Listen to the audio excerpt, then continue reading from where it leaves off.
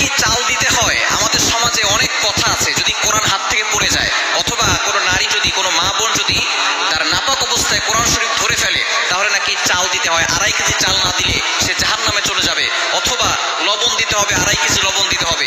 এই ধরনের অনেক কথা আমাদের সমাজে আছে। আসলে ইসলাম এ ব্যাপারে কি বলে?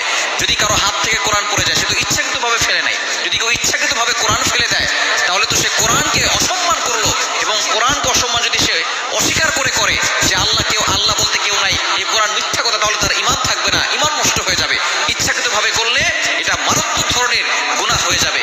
এবং কারো যদি ভুলে কারো কোরআন হাত থেকে কোরআন পড়ে যায়, তাহলে এর মাধ্যমে যে চাল দিতে হবে 2.5 কেজি, অথবা 5 কেজি লবণ দিতে হবে, অথবা এত টাকা দান করতে হবে, এরকম কোনো বিধান ইসলামে নাই। আল্লাহ পাক রব্বুল আলামিন নিজেই বলে দিয়েছেন কোরআন খুলে, 17 নম্বর পারার 15 নম্বর পৃষ্ঠার 3-4 নম্বর লাইন, সূরা হজের 32 নম্বর আয়াতে আল্লাহ বলছেন, যালিকা ওয়া মান ইউআযযিম